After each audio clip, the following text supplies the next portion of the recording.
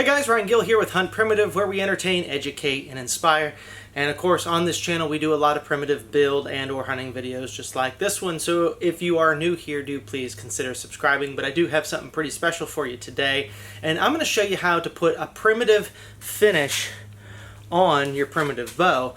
And what I'll do is we're going to go through and I'm going to show you how to put it on, which is pretty cool within itself. Also, why it's really important. So we're doing a lot of data collection for my new book that's coming out. It's not out yet as of summer 2021, but probably right around 2022 sometime the book is going to be out and it's going to be ready. We're doing a lot of data collection, and a lot of it's kind of disorganized on the board here behind me, but I'm going to break it down and show you at least some of what we got and why a sealant on your bow is realistically the most important thing that you can do for your hunting bow. Okay, so the sealant that we're working with is we actually have some of these. They're pretty cool. You can do about anything you want as far as a metal can or whatever. We're actually going to be offering these here on huntprimitive.com pretty soon. And it's a clay pot with the bow finish in it. And I'm not going to hold it secret for you what the bow finish is. It's a mixture of pine pitch, like we use this hafting resin for the knives and points, get a lot of leftover pieces of it. So I save all that kind of stuff up. I melt it down with bear grease. Realistically, any sort of animal grease is fine. Mink grease, coon grease, bear grease, even deer would be fine. Honestly, just lard, pork lard's probably just perfectly fine, so something along those lines. Around about a 50-50 mix. Like I said, if you want to make it yourself, go for it. If you want some of these, they're at huntprimitive.com. This will last you for quite a while when it comes to finish on your bow. You just melt it down, use it, kind of scrape off the excess, and it'll last you a pretty good while. Plus, then you get to pot and you can refill it yourself after you're done.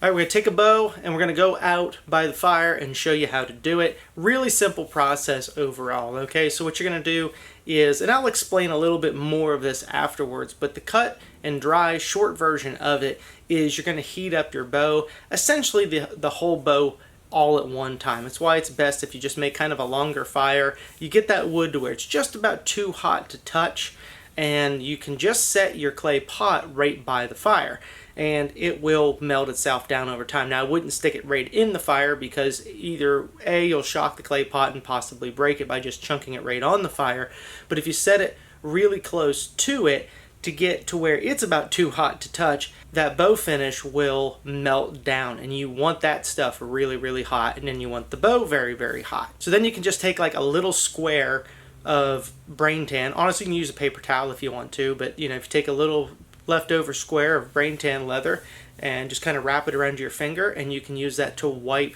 the finish into the hot wood. So you got hot wood and a hot finish, and it will literally melt right down into that wood, and you just rub it and massage it in really well and kind of wipe off the excess. If you feel like your wood's getting a little bit too cool, obviously you can just push it back over the fire a little bit, heat it up, and it'll just reactivate or remelt down that kind of waxy finish. And I should probably tell you that why I'm using this combination, okay, because there are times I also like to use a beeswax in the finish, but the European honeybee is not actually native to North America, and so beeswax as we know it today was not something that really existed in North America like we see it today.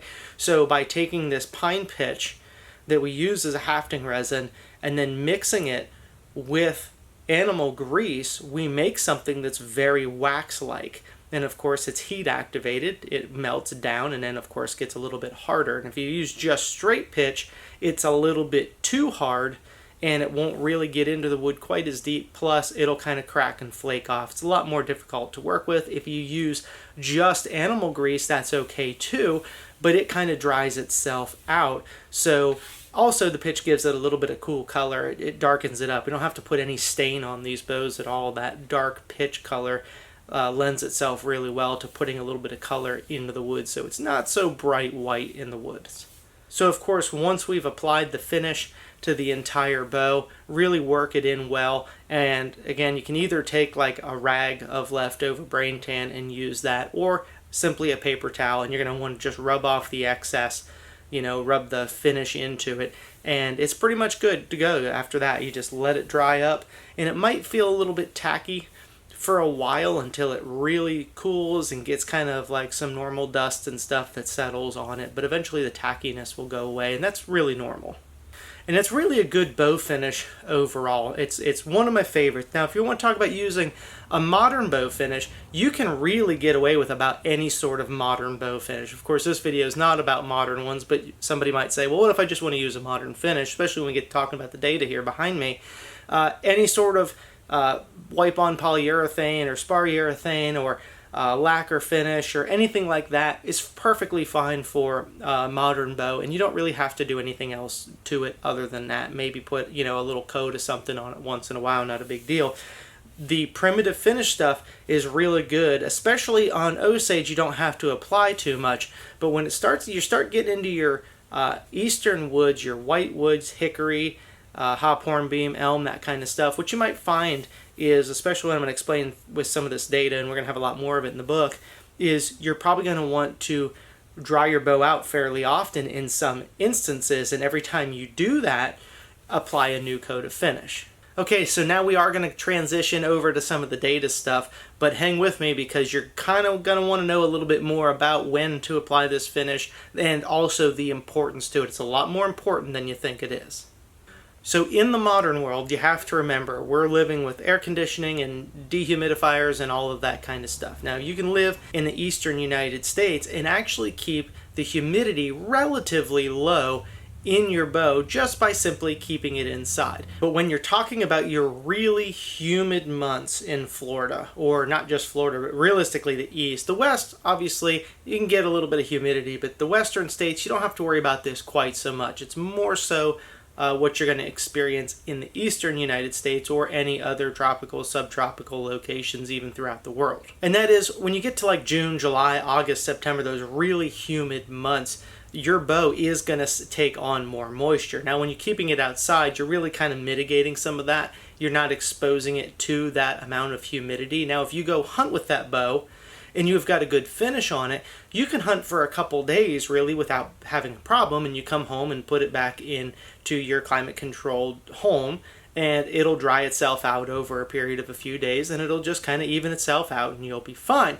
But the real importance of the finish, and I'm going to get to it here really quick with the data, is when you don't have a finish, the amount of humidity that bow takes on, any type of wood, doesn't matter if it's hickory or even Osage, it could be fire hardened hickory. We were doing a lot of testing with that. It's taking on moisture, and it takes on moisture really fast. So we're going to share the numbers with you so you can see the importance of it. Then I'll walk you through how early man would have problem solved this out so his bow wasn't humid logged all the time. Okay, so now on to some of the kind of fun nerdy part. Right now you probably can't see a lot of the numbers we got going on, super disorganized. In fact, I even graphed some stuff out and then I started adding other ones on. In fact, this is just a small portion. I'm doing a lot more testing. I'm not going to release all of these numbers, anything with any conclusive answers until the project is complete. But right now we're noticing some patterns, quite a few patterns actually, and so it's worth sharing at least in regards to the bow finish, okay? This is why the bow finish is really important. So what we did was we took different bows, okay? Now we remember this too, we've got like say raw hickory, and now there's a lot of talk with the fire-hardened hickory stuff, which makes a good bow, and we're going to talk about that in a whole different video, but then also Osage, and we want to compare those. And then, of course, if you take any of the other woods that are kind of in between, black locust, elm, hop hornbeam, that kind of stuff, you're going to find really a mid-ground. Your hickory takes on quite a bit of moisture. It's a great bow wood, it really is, and it was widely used by people because it can split straight, it can grow straight, and it's a very hard wood. It bends really well, makes a tough, good hunting bow. And then Osage obviously does not grow everywhere. It does grow in the Midwest quite often, and also they would have access to it in the East in certain amounts too, through trade or simply just traveling to go get it. So what we wanted to do is kind of give some comparison numbers as to how the performance of the bow, I don't care necessarily about the humidity numbers, say with like a moisture meter, that is only a measurement of a variable. That doesn't measure actual performance. So moisture doesn't mean a whole lot to me in that regard as far as a percentage. What does matter to me is the performance. Okay, so everything is based off of a 525 grain arrow. We shot the same arrow off of every single bow, and we took a lot of numbers down. Like I said, we've got a lot more than this. This is just kind of to get us started to walk through, but these are the patterns we're seeing. So what we started off with is 64-pound fire-hardened bow. That's actually one that I got from Keith Shannon. He sent it to me for part of the testing, which was, I have to thank him a lot for that, because I wanted to make sure I based it off of a properly fire-hardened bow, and so that gives me a model to make more from. So we take a fire-hardened, and then we take a non-fire hardened hickory bow, which is one that I made in my full Stone Age bow build tutorial, and I can drop a link down in the description for that if you want to see how I did it. It's not fire hardened, it's just speed dried by the fire over a period of about 2 days.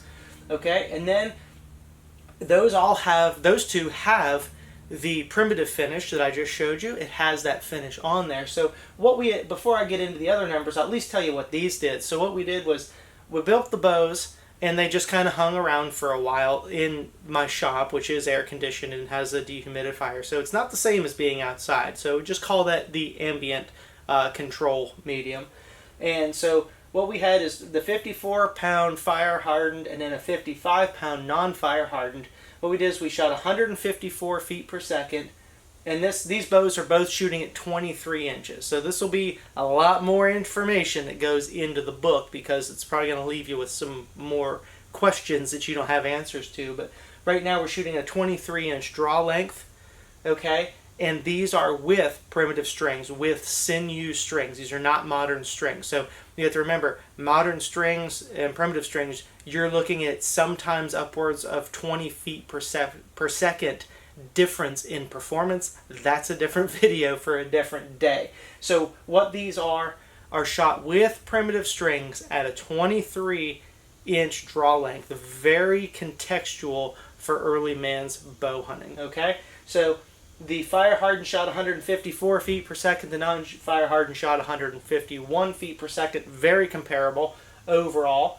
So the next thing we did is I took these bows and I put them out in my pole barn. Okay, so this would be fairly similar to, say, like a cheeky or a longhouse style of dwelling for early peoples that lived in the southeast. It doesn't have any walls on it, obviously protected from the rain, so it's not getting rained on, but massive amount of humidity, okay? And so what we're doing is we're not applying any sort of heat to this. We're really just setting it up protected from the weather for 1 week. We're not doing anything to it. We're not shooting it. We're not doing anything.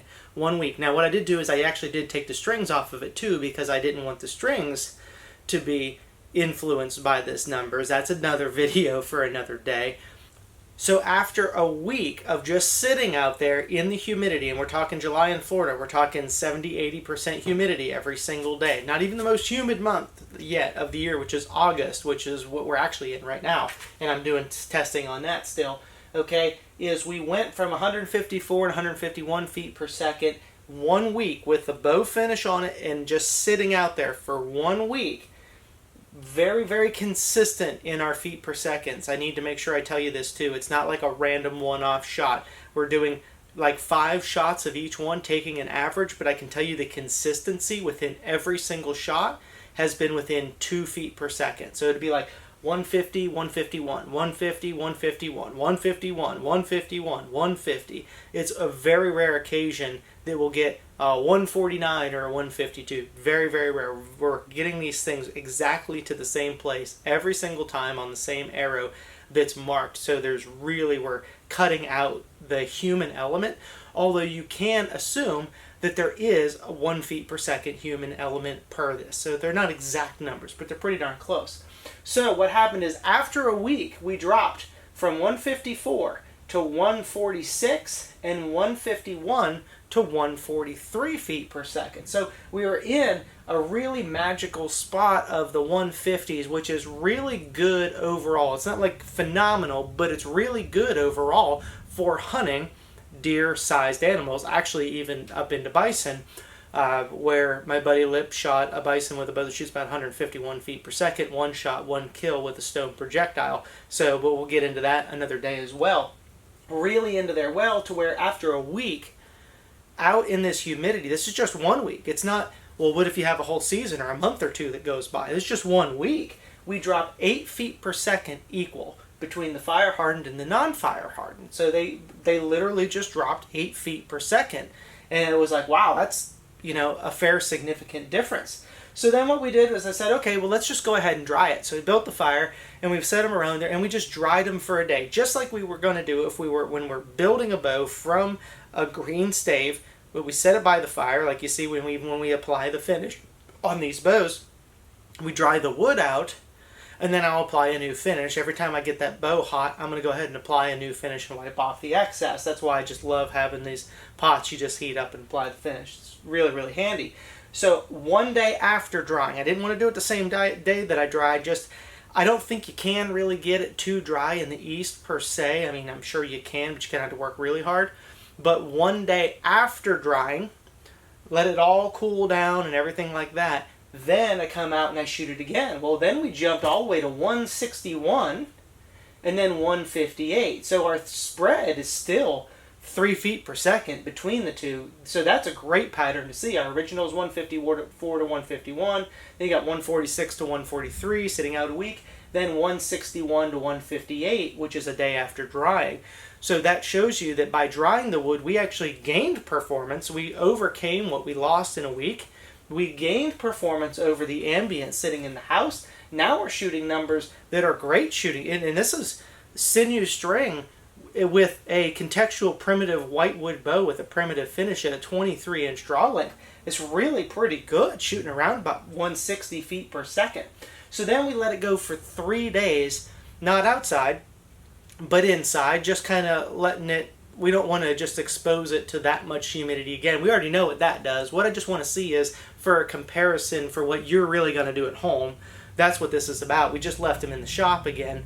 And so then we could see after day 3, there was really no difference. We had a 161, which is the exact same we got the 1 day after. And then I did gain 1 feet per second on this one over what we had, but that's probably the human element that's in there. It was probably that one, but that's what the average came out to was 1 extra feet per second. I don't think it really means anything. And then we did 6 days after drying it, and we were basically, within 6 days, we were right back to where we were before, shooting 154, which is exactly what we shot. Well, we still shot 154 on the non-fire hardened hickory bow, which again probably doesn't mean a whole lot, just different woods and different bows are gonna, maybe it had a little bit more finish on it and it was drying a little bit slower. Who knows? But either way, within 6 days, we were kind of back to where we were to our normal ambient performance range. But what that really tells you is if you dry a bow out, it's going to gain a significant amount of performance. But if you leave it in humidity, it's going to lose performance. Okay, so then you say, well shoot, what happens if you do it with an Osage bow? And so actually we're doing a lot of these different testings with different bows, but to give you the gist, like the worst case scenario is then I did a test with 3 bows, a fire hardened hickory, a non-fire hardened hickory, and an Osage, but none of the 3 had any finish on it whatsoever. So we built the bows and we immediately put them into testing and abusing them essentially after that, because this is one of the things that we are trying to overcome with understanding at least some of the fire hardened technology, which is something I'm not quite seeing the results that I expected to see on this. But that is that the fire hardened's not supposed to really take on the moisture. It's not supposed to take it on, much like the Osage. We don't have to worry about it too much. We're saying you're going to take on a lot more moisture with a raw hickory bow. And I think you would very long term, like really long term. Okay, but hang with me a second. Let me show you what we did. So these are just different bows of different weights. We got a 51 pounds at 25 inches, which is a fire hardened with no sealer. Then I've got a raw hickory bow that's 62 pounds at 23, and then an Osage bow that is 55 pounds at 26 inches. So there's some differences here in draw lengths, but what we're looking for is just the patterns of how much feet per second per se they would lose. And you have to realize the different pound differences, you're probably going to see a little bit of fluctuation, but not a lot. So our complete ambient, just hanging out in the shop for a while, we shot 143 on the fire hardened, 151 on the raw hickory, 150 on the Osage. Okay, so then 1 week with no finish, 1 week in the pole barn in the same exact spot, we went from 143 to 120 on the fire hardened hickory. On the raw hickory, we went from 151 to 124. From the Osage, we went from 150 to 140. So what we did was we lost over 20 feet per second on the hickories, both of them. Okay? And when I say, and I already know that there's somebody going to jump out and say, oh, well, you didn't fire harden it correctly. No, very positive of it. Trust me, I've been doing enough of them now. I have Keith Shannon's actual fire hardened bow to compare it to, and it's very deep through. I mean, we're talking cooking these things for hours, and I didn't just do one or two. Like I said, we've done a lot before I've even said anything. I've done several of these bows now. Okay, so this is what we're seeing is a loss of over 20 feet per second with no finish on the hickory, and then the Osage, we only lost 10 feet per second, which is still significant.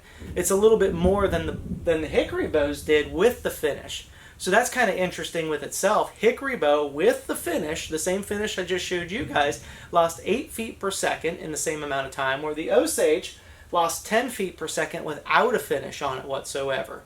Okay, so now what these numbers really mean, before I even go any further down on the list on this, what do the numbers really mean? You're talking about jumping from 140 to 150 feet per second from my personal hunting experience is kind of the threshold of where you kind of need to be if you're shooting deer-sized game.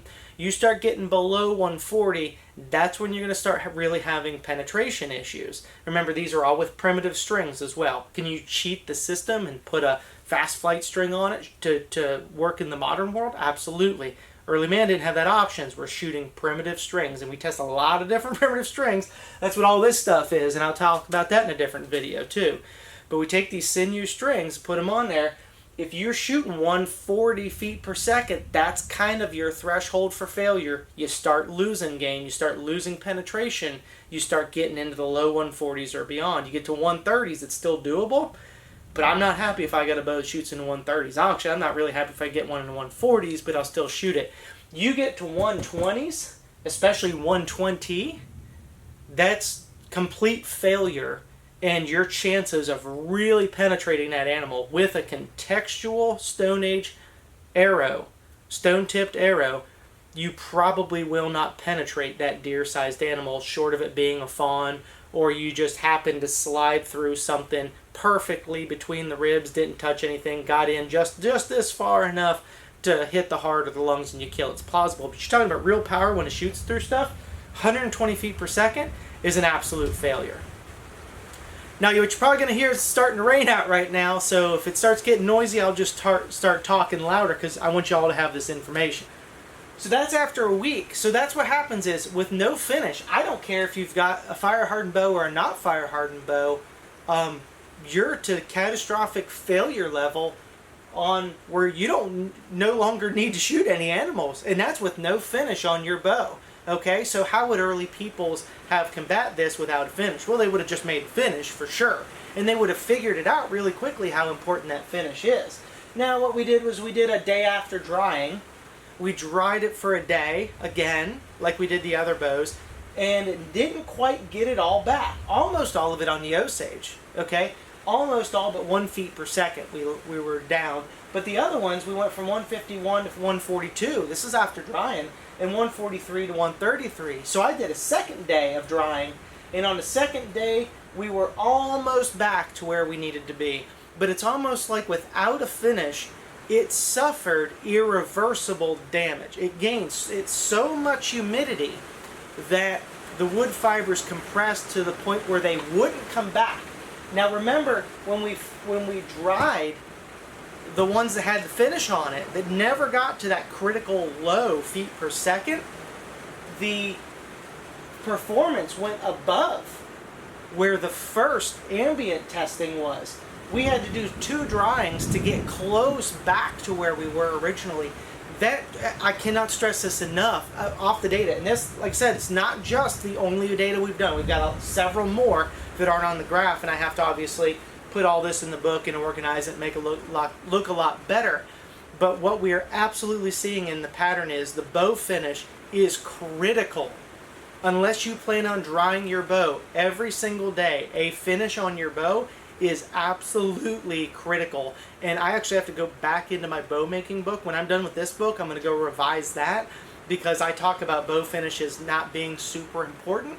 I was absolutely wrong. I'm going to go fix that in my bow making book, because I'm going to do a whole new edition of my bow making book too, with all this stuff that I'm learning. So that's probably going to be about the best bow making book you're ever going to get your hands on, because we're doing a ton of data collection. Okay, so now you can see a lot of the differences. Like with the Osage, we only lost 10 feet per second, but we got it back, and that's without a finish. The Osage, honestly, it really is still just the king of the bowwoods. But Hickory's great. It really is. We put down phenomenal numbers with a finish, and then we keep it dry. So then here's the next big kicker on this. We say, well, wow, early man would have just, they would have really struggled keeping the humidity out of their bow. If it, even a week sitting under, even if it's out of the weather and they're hunting with it and all that, within a week they lose 8 feet per second. Well, that's just 1 week. If you go 3 months without this thing, it's going to lose so much moisture, right? Well, it doesn't seem to matter what wood it is. It's going to continue to gain the moisture in these super humid climates. It doesn't really matter if it's fire hardened or not. We've shown that now in multiple tests. It's not just this one, but multiples. But remember, early peoples lived with fire pretty much every single day. You don't have to dry your bow out every day. One of the things that I learned, I have a bow, an arrow set from Papua New Guinea, okay, and it was collected quite a long time ago. And one of the things that they specifically do, when I got this bow and arrow set, it was very strong of smoke smell. And they say the reason that it smells like that is they store it in the rafters of their huts. And so every night that they make fires to flush out the mosquitoes and all the biting bugs and that kind of stuff, but then they also cook over it. And what happens is you're basically drying your bow and arrow set every night by putting it in the rafters. And it's just a micro dry. It's just a slow, like every day you just kind of leave it up there, and it's probably not drying it out enough in these super humid conditions, especially the jungles of Papua New Guinea, or even down in the Amazon they do kind of the same things. And if you're talking about having these cheekies or these open kind of pole barn structures that they're living in, they still have fires going on underneath them. And if you store your bows and arrows above there, they will just kind of get dried out a little by little every day. So you take on a little bit of moisture and probably lose feet per second. And then overnight, and they've got fires, especially if they're sitting around using the fire for night, they might not be around it staying warm in the summertime, but they're going to have it for light, and they're going to back away from it. But bows and arrows can all be put up. And I guarantee you early people figured it out, that if they used the fire to dry the wood when they cut the tree, to dry out the tree to make the bow, they would realize, hey, this bow's feeling super spongy. And I mean, you take a really humid bow and it feels like crap. So all you do is just keep it by the fire. Now, I'm a true believer that right about the time that you have a significant hunting trip or a significant, war trip, or so you're taking some sort of extended trip, or just some sort of really significant, like, okay, we're going to go shoot bison, we're going to go walk to the place to go do this. We live in a humid environment. It's June or July. What you're going to do is you're going to build a fire, and you're going to do a hard drying of the bow, like we did today when we do this. So now you take this bow, you set it up, and you actually really dry it, because what you're going to do is you're going to run from maybe being ambient around 150 so feet per second on these bows. Now, of course, this is in the air conditioning, but if I kept this in some place that just got a little bit of heat every day, right, it would kind of remain ambient somewhere, but maybe once a week you do a hard drying on it. Maybe just before a big hunt, but you'll set it out, make a big fire, really get it hot, dry it out really good. You just say, I'm not going to hunt today. I'm going to dry this bow out. That's what my job is. When you finally got this thing really good and hot, you go ahead and rub the new finish on it. You know it's dry. You rub the new finish on and you let it cool down. The next day, you're ready to go hunt. And that's exactly what we see here. Is we jump from 146 or 154 all the way to 161 on that bow. And those numbers are the kind of numbers that don't lie. So I know guys like moisture meters and that kind of stuff. A moisture meter does not teach you nearly as much as the actual performance, the terminal performance of that bow and arrow set. Making sure you're shooting the same arrow every single time that weighs the same throughout them, so you're not getting different numbers, you know, for different energy and speed numbers. Shoot a lighter arrow, you're going to have a faster speed. Okay? Same arrow through all of it. The data doesn't lie on it. So anyway, I know that was a little intense. I hope that helps wrap your head around the real importance of a bow finish, okay? If you want the ones we got some of these. Not sure if we're going to carry them forever, but they are at huntprimitive.com. If you want to make them yourself, like I said, I told you how to do it. I don't really care. You don't need to buy it from me. It's not a big deal. I just want you to use the stuff and start getting a little bit more interested into the natural primitive bow finishes. If you want to use the modern stuff, that's perfectly fine too. Couple quick notes. Really important stuff. If you have a bow with a modern finish, don't be heating it up to rub this finish on. Okay? Don't do it. Okay? If you have a contextually built primitive bow with a primitive finish, that's when you can use this. If you're building your own bow, do it. But remember, any bows that have any sort of recurves bent in or heat corrections, like even if you get a bow from me, before you use any of this stuff on it, you need to ask me if it's okay to use, because some of these bows, especially the Osage bows, even my Hunt Primitive models that are made out of the Osage, they'll be a little bit twisty or wonky in a spot, and I use heat it up, and I correct it till we get a really nice straight bending piece of wood. If you go putting this thing in front of a lot of heat on a fire, you can reverse all the work that we did to put it there, and it actually ruin your bow. Really important. If you don't know how the bow was built, or don't get 100% okay, there's no heat corrections in the bow, don't do it. This bow right here, this is one we just did for another fire hardened test, and hopefully you can kind of see that. I mean, it's cooked in. This thing was thick, and it's that cooked down into it.